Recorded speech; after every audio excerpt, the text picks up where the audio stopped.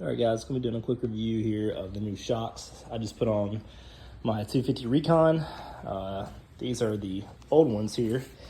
As you can tell, after a decade plus of riding, it was time for a change. They were just worn out. The insulators were kind of already dry rotted and it wasn't sitting right, even with the high lifter kit I had on it. So I'm gonna kind of go over the new ones here that I got from eBay, front and rear. And they are just a DTA form, brand shock, strut shock with the coilover, and they are adjustable right there for dampening. There's like 5 different adjustments you can do to dampen them. I haven't done that yet. I will test that out eventually, but I'm gonna kind of go over why I did this. And first off, from my other videos you've seen, this Recon is not a normal Recon. It's way bigger, it has 25-inch tires, a lot of tuning and stuff done to it engine-wise, and exhaust for my style of riding. And yes, it's a 250 ATV, but it whips through the trails and does everything I need to on long rides. So just going into this is the actual shock right here from the bolt to bolt, and it's a 14 millimeter bolt, I believe, to remove just impact or socket. You can get, once you lift this up, you can get it off pretty easily. But these actually, when I bought them on eBay, and I'll include the link in the description, these are like 2.1 inches longer, the shock, than the stock ones that ran on the Recon from like 04 to 2012 before they switched to the adjustable ones. But these are not Honda OEM ones, they're from eBay. And same thing with the rear. It's the same style, the one single shock. But you notice I do have my high lifter mount still on here, and I'll go over that here in a second.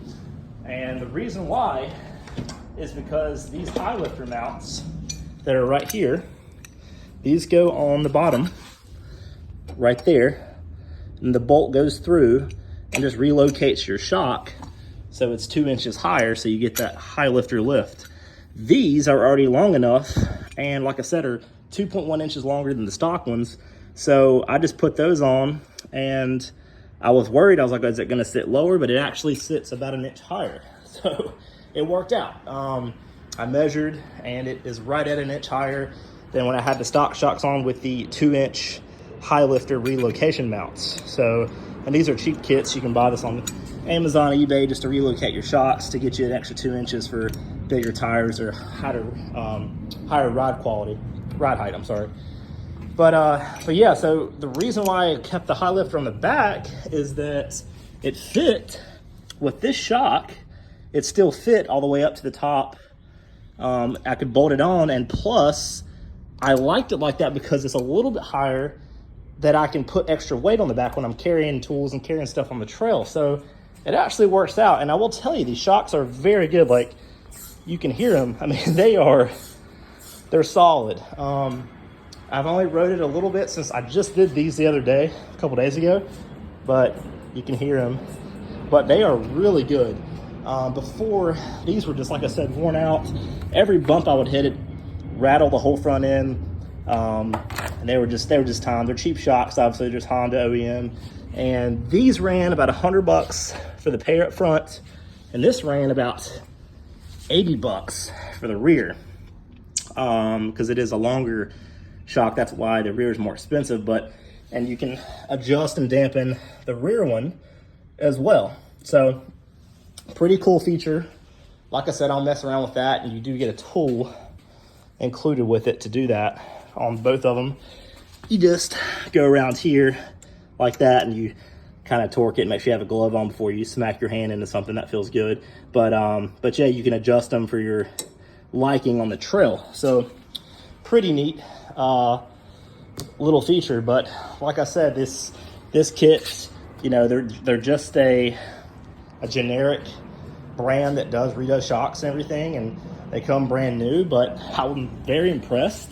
Don't need to run like a Fox Podium or anything crazy expensive on this, but runs really good so far on the road. I took it through the yard a little bit, but I've got a trail trip coming up where I'm going to get another video GoPro on my helmet, just reviewing everything about this ATV and how cool it is on the trail to ride.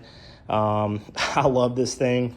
You know, I've had bigger four-wheelers. I've had almost 800cc, 900cc ATVs, and this thing is just fun. It's just so fun. It's durable. You can, you know, move it if you need to, and you know, it's just a fun little ATV. But a few little upgrades like this make the ride quality so much better. But like I said, the high lifter kit, if you want to do that, it's great. It's not a bad option to do. But like I said, you got these two brackets that go on the front. But I did notice when I took this off, these have been on here for about 5 years before I even did more accessories on this thing, that it's actually a little bit bent from off-road, because when it goes down there, like I said, you have, it's like a 17mm bolt that goes to the bottom that holds it with a little spacer, and then you have your 14mm, your stock bolt right there that goes through the top. Then you know, the shock mounts to it, your stock one, and like I said before, it relocates it 2 inches higher, but it's actually bent a little bit. And removing the stock ones, I will tell you, WD-40 it up. This one's over a decade old, obviously, this Recon. So they haven't been removed ever, the front two, or the back. So definitely get a little WD-40 on those bolts to get them off. But once you get a good socket on there and get the thing lifted up, it's pretty easy to take off. But getting these lined up was not hard at all. But like I said, these coming off were a little bit tricky, but they got bent, like I said, on the A-arm frame a little bit. So I hit it with some more gloss spray paint. The best lifesaver in the off-road world is a little bit of spray paint. Do wonders. But so yeah, if anybody's interested for their Recon, whether it's you know, 97 model all the way up to 2024, you know, this is a good little upgrade. And like I said, I believe the newer ones, like 2012 or 2013 up, most of them have this, and I could be wrong, have this, the dampening style, but I will tell you that these are definitely longer. Like I said, these are, when I stood it up beside this, the new ones were easily about 2.1 inches longer than the stock coilover shock. So, you know, it is what it is, but it would not fit with that on. I know people are asking, well, why don't you just install the shock with the high lifter on? You don't have enough room, you can't do that. So you'd have to do custom A-arms and all that stuff. That's just stupid to do that. So like I said, this gives you the high lifter lift plus about, you know, 0.1 more. And I want to say it's an inch taller easily from the tape measure I did. It's right at it. I measured from the rack to the ground, and it's definitely taller. And you can just tell it looks a lot better up front. It all looks equal now. And like I said, the ride quality is great.